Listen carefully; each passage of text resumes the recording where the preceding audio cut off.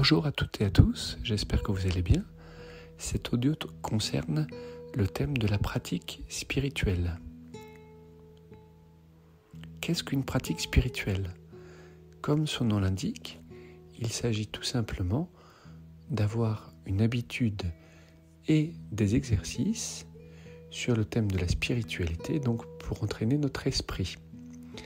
Comme la musculation, comme le piano, comme toute activité, malheureusement, les choses ne s'apprennent pas d'un seul coup et nous n'avons pas des gros muscles d'un seul coup quand on fait de la musculation. Il faut de la pratique, il faut de la régularité et avec le temps, les muscles se développent. Il en est de même pour le piano et toute autre activité.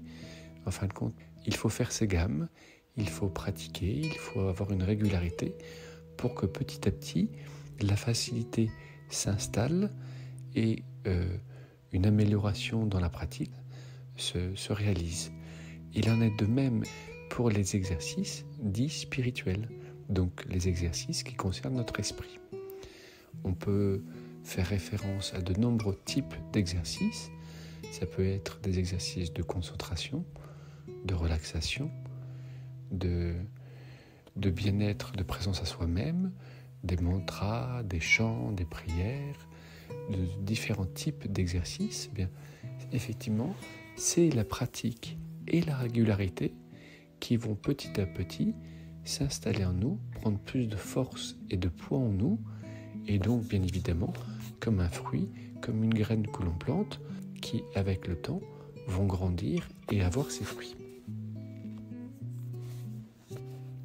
Alors, comme chaque plante qu'on pourrait planter, mettre en terre, il y a des plantes qui grandissent plus vite et qui portent des fruits plus vite, et des plantes, comme certains arbres, qui prennent plus de temps, mais qui après sont centenaires.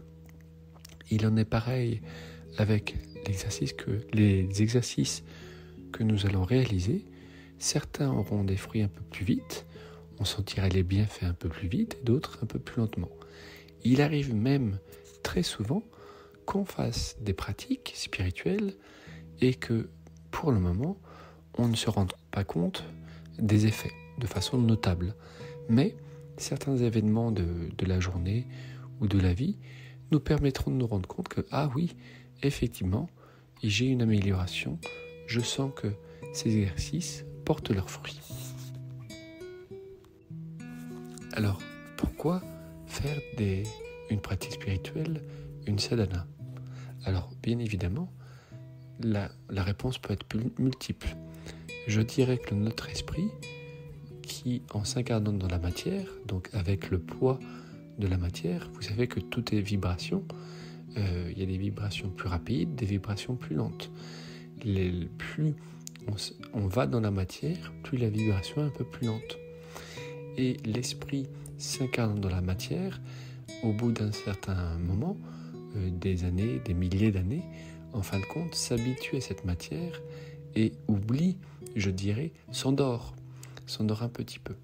Et donc les exercices spirituels, la pratique spirituelle, va avoir pour but de nous réveiller petit à petit pour nous permettre de sortir de notre endormissement, de cette habitude du fait de se perdre dans le rôle d'acteur que l'on joue chaque jour et dans notre vie, ou dit de façon autre,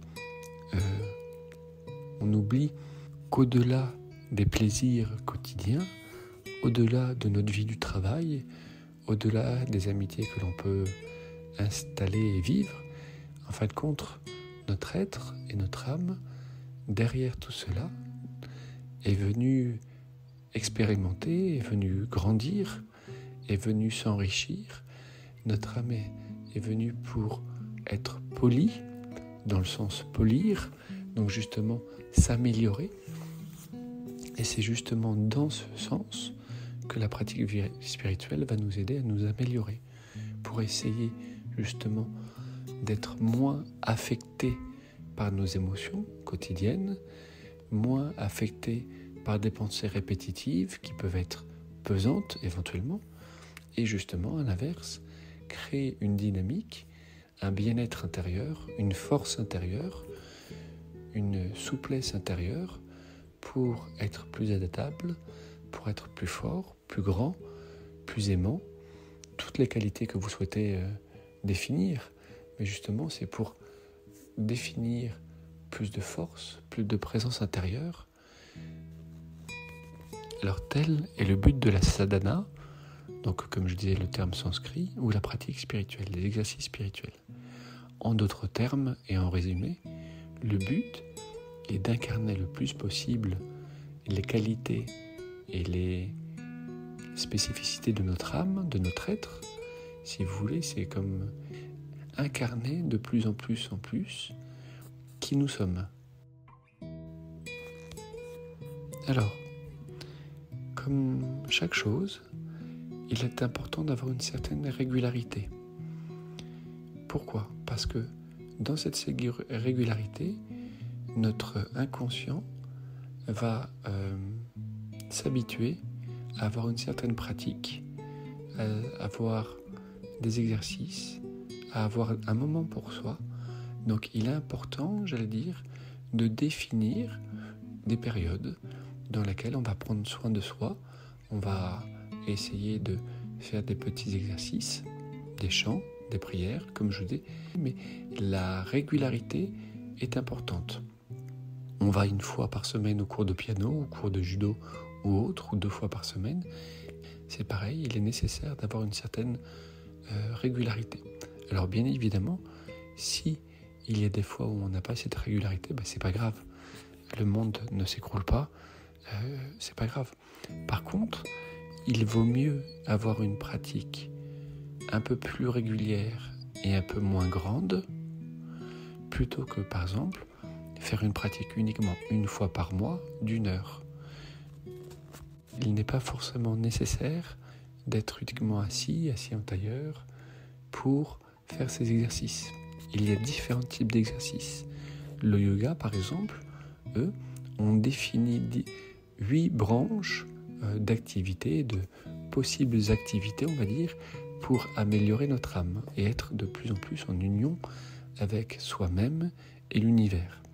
Par exemple, le yoga définit au tout début les yamas et niyamas, qui sont en fin de compte différentes valeurs morales que l'être essaye de vivre, on va dire des qualités qu'on va essayer de vivre pour installer en soi après des graines. On pourrait dire de façon plus occidentale, on va dire, prenons un exemple, essayer d'être plus aimant, d'être vrai, de ne pas mentir. Donc ce sont des qualités qu'on va essayer de vivre en soi justement pour être juste, pour être aimant, pour être fort. Donc ça, j'allais dire, c'est dans la journée. Et puis, ce sont les traits de caractère qu'on essaye d'installer en soi. Par contre, après, vient la pratique, je dirais, un peu plus physique. Alors, dépendant de votre tradition, de votre culture, de là où vous vivez, la couleur, la forme va être différente. Il peut être bon de faire un petit peu des exercices physiques, j'allais dire, pour étirer notre corps avant votre séance, des petits étirements, des postures de yoga. En fin de compte, j'allais dire, pour permettre un peu plus de flexibilité et mobilité dans le corps. N'oubliez pas que si le corps est tendu, si vous avez trop de tension intérieure, votre pratique spirituelle va être affectée. Bien évidemment, si vous avez des douleurs à l'intérieur de vous, si vous essayez de méditer par exemple, votre méditation va être lourdement impactée, votre esprit va être tourné, va être appelé par vos douleurs intérieures. Il en est de même pour des tensions qui sont moins conscientes, qui vont venir, j'allais dire, un peu nous perturber. Donc dans ce sens, il peut être intéressant de faire quelques minutes d'étirement, d'un peu d'exercice de gymnastique ou de yoga pour instaurer un mieux-être dans le corps. Une fois qu'on a fait nos quelques minutes d'exercice physique, alors vous avez le choix, ça peut être On peut faire dans le yoga des respirations. Donc on appelle ça le pranayama. Je dirais tout simplement, vous pouvez choisir une pratique. Ça peut être des exercices de concentration, de méditation, de chant. Mais si vous me permettez, pour qu'ils aient le plus de fruits possible, essayez d'y mettre votre cœur et du plaisir.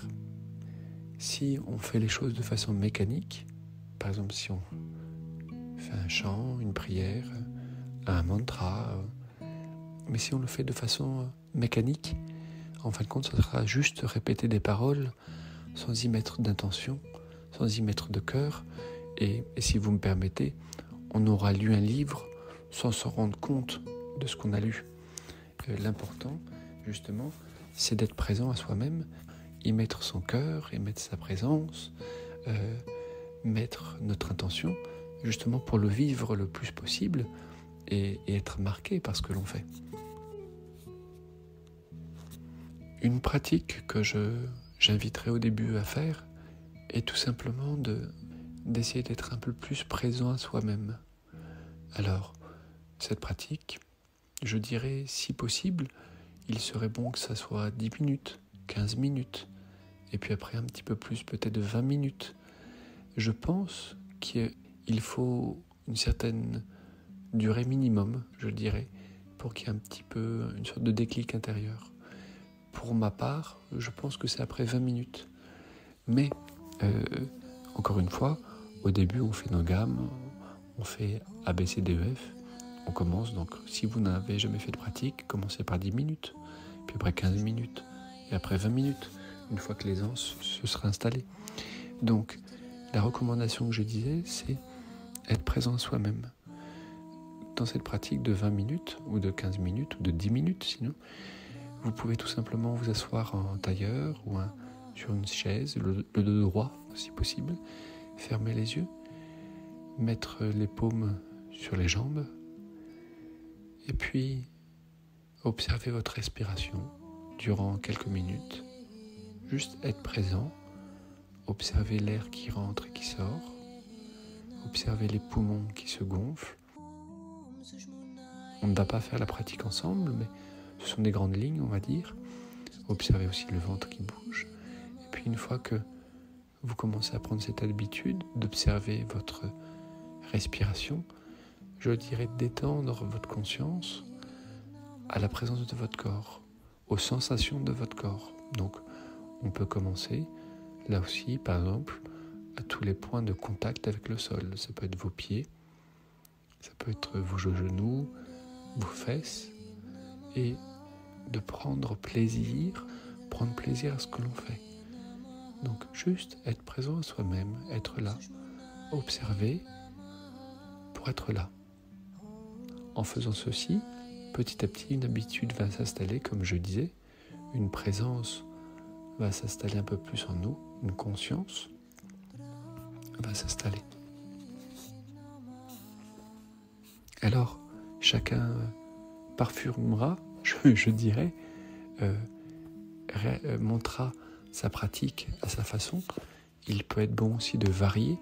Alors, vous pouvez faire des exercices de présence, donc de méditation ou de concentration. De concentration, ça peut être tout simplement regarder un point, regarder une flamme d'une bougie.